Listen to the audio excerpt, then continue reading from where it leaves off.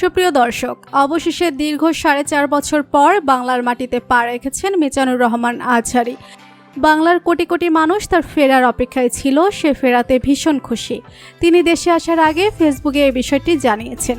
তিনি ফেসবুকে এই স্ট্যাটাস দিয়েছেন, আলহামদুলিল্লাহ, সালামতে প্রিয় মাতৃভূমিতে এসে পৌঁছেছেন।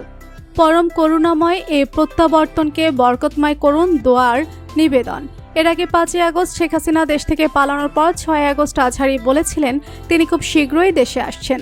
অনেকেই আমাকে ব্যক্তিগতভাবে মেসেজ করেছেন, কল করেছেন, সবাইকে শুকরিয়া জানাই, জানতে চেয়েছেন যে শাহেখ আপনি কবে আসবেন। আমি আপনাদেরকে এতটুকু নিশ্চিত করছি যে আমি শীঘ্রই বাংলাদেশে আসছি ইনশাআল্লাহ।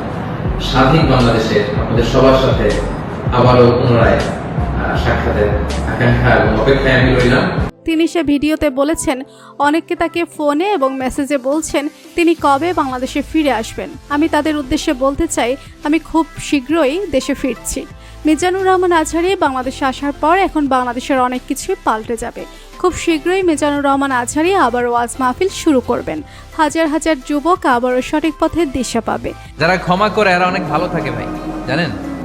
আপনি ক্ষমা করে দিলে আপনি শান্তিতে থাকবেন। মিজানুর রহমান আজহারী যাদের ভালোবাসার মানুষ, তারা ভিডিওটিতে একটি লাইক দিন। বন্ধুরা, আপনারা যেমনটা জানেন, লক্ষ লক্ষ মানুষ সোশ্যাল মিডিয়াতে দাবি তুলছেন মিজানুর রহমান আজহারীকে পরবর্তী প্রধানমন্ত্রী হিসেবে চায়। তাহলে সত্যি কি আজহারী হচ্ছে বাংলাদেশের প্রধানমন্ত্রী? বাংলাদেশের মানুষ এখন এমন কাউকে প্রধানমন্ত্রী হিসেবে দেখতে চায় যে কিনা হবে সৎ এবং তার ভাবনায় থাকবে শুধুই বাংলাদেশ। বাংলাদেশের মানুষের মধ্যে সবচেয়ে জনপ্রিয় মুখ হচ্ছে মিজানুর রহমান আজহারী। মিজানুর রহমান আজহারী কি সত্যিই বাংলাদেশের প্রধানমন্ত্রী হওয়ার যোগ্য? আপনারা আজহারীর সম্পর্কে কতটুকু জানেন? চলুন আজকের এই ভিডিওতে মিজানুর রহমান আজহারীর সম্পর্কে সবটা জেনে নিন। আর আপনারা কমেন্টে জানিয়ে দিন মিজানুর রহমান আজহারীকে প্রধানমন্ত্রী হিসেবে দেখতে চান কিনা।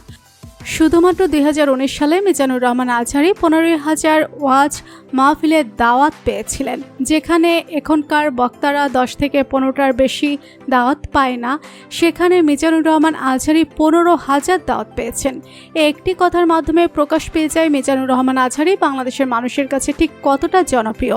এতটাই জনপ্রিয়, তার একটি ওয়াজ মাহফিলের জন্য লম্বা শিডিউল মেনটেন করতে হতো। আজহারী বাংলাদেশি হলেও তিনি বেশ আরবি ও ইংরেজিতে দক্ষ। এলাকার মেম্বার চেয়ারম্যান হতে চায়, চেয়ারম্যান এমপি হতে চায়, এমপি মন্ত্রী হতে চায়, মন্ত্রী কি হতে চায়? প্রধানমন্ত্রী হতে চায়। মিজানুর রহমান আজহারীর সম্পূর্ণ নাম মিজানুর রহমান। তিনি মিশরের আল আজহার বিশ্ববিদ্যালয় থেকে পড়াশোনা করার কারণে তার নামের শেষে আজহারী যুক্ত হয়েছে। তবে বেশিরভাগ মানুষ তাকে মিজানুর রহমান বলে ডাকে। তিনি জন্মগ্রহণ করেছিলেন 1990 সালে।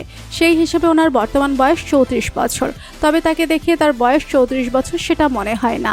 মিজানুর রহমান আজহারীর পেশা হচ্ছে তিনি একজন ইসলামিক বক্তা, এর পাশাপাশি প্রচারক এবং ধর্ম গবেষক। তিনি জন্মগ্রহণ করেছিলেন ঢাকার ডেমরাতে, তবে তার গ্রামের বাসা কুমিল্লাতে। বর্তমানে তিনি বিবাহিত। আনুমানিক তিনি 2017 কিংবা 18 দিকে বিবাহ বন্ধনে আবদ্ধ হন। তবে আজহারী হুজুরের কতজন সন্তান রয়েছে সেটা নিয়ে হাজারো বিতর্ক রয়েছে। তবে অনলাইনে আজহারীর সাথে তার মেয়ের ছবি দেখা গিয়েছে। কয়েক বছর আগে তিনি ঢাকার একটি আবাসিক এলাকায় বসবাস করতেন। তবে 4 বছর আগে তিনি বাংলাদেশ ত্যাগ করেছিলেন। তিনি উচ্চতর পড়াশোনা করার জন্য মালয়েশিয়ায় চলে গিয়েছিলেন। বর্তমানে তিনি স্বাধীন বাংলাদেশে বীরের বেশে ফিরে এসেছেন। মিজানুর রহমান আজহারী ফিরে আসাতে কারা কারা খুশি হয়েছেন কমেন্ট করে জানান। তিনি যে কারণে বাংলাদেশ ছাড়তে বাধ্য হয়েছিলেন সে কারণ হচ্ছে আজহারী তার একটি ওয়াজ মাহফিলে বলেছিলেন রাসূল সাল্লাল্লাহু আলাইহি ওয়াসাল্লাম এর 6 প্যাক ছিল, বুকটা ছিল উঁচু, পেটটা ছিল চাপা। বিশ্বনবীর এই বুকটা ছিল উঁচু, পেটটা ছিল চাপা। 6 প্যাক। কয় প্যাক? আপনাকে কয় প্যাক? আমার কয় প্যাক? বিশ্বনবী 6 প্যাক। এটা শোনার পর কিছু মূর্খের দল আন্দোলন করতে শুরু করে। আর তাদের কথা হচ্ছে রাসূল সাল্লাল্লাহু আলাইহি ওয়াসাল্লামকে কটূক্তি করে মিজানুর রহমান আজহারী এই কথা বলেছে।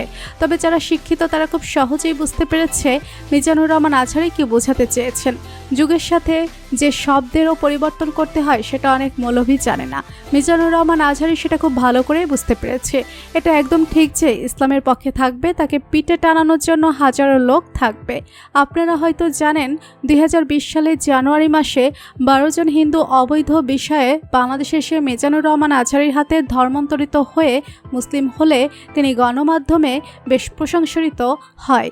দেশবিরোধী বক্তব্যের অভিযোগ এনে বিভিন্ন স্থানে তার ওয়াজ মাহফিল বারবার নিষিদ্ধ করা হয়েছে। আর এই সব কিছু করেছিল শেখ হাসিনা সরকার। ও সাহস থাকলে আসে না কেন বাংলাদেশে? তো সাহস থাকলে বাংলাদেশে আসুক। জীবনের কোনো না কোনো সময়ে এর প্রায়শ্চিত্ত আপনাকে করতে হবে। জীবনের কোনো না কোনো সময়ে এর প্রায়শ্চিত্ত করে আপনাকে 2020 সালের জানুয়ারিতে বাংলাদেশ জাতীয় সংসদে তাকে দেশবিরোধী মন্তব্য প্রদানকারী বলে এক সংসদ সদস্য কর্তৃক দাবি করা হয়। একই সময়ে ঘরে সাইদির জন্ম হোক বলে মন্তব্য করায় বাংলাদেশের সাবেক ধর্ম প্রতিমন্ত্রী শেখ মোহাম্মদ আবদুল্লাহ তাকে বাংলাদেশ জামায়াত ইসলামের প্রোডাক্ট বলে অভিহিত করে তার বিরুদ্ধে ব্যবস্থা নেওয়া হবে বলে মন্তব্য করেন। তো অনেকে মনে করে এসব কারণেই আজহারী দেশছাড়া হয়েছিল। তো বন্ধুরা, আপনারাও কি মিজানুর রহমান আজহারীকে বাংলাদেশের প্রধানমন্ত্রী হিসেবে দেখতে চান? আপনাদের মতামত জানিয়ে দিন কমেন্ট করে। ভিডিওটি ভালো লাগলে ভিডিওটিতে একটি লাইক দিয়ে চ্যানেলটি সাবস্ক্রাইব করুন। ধন্যবাদ।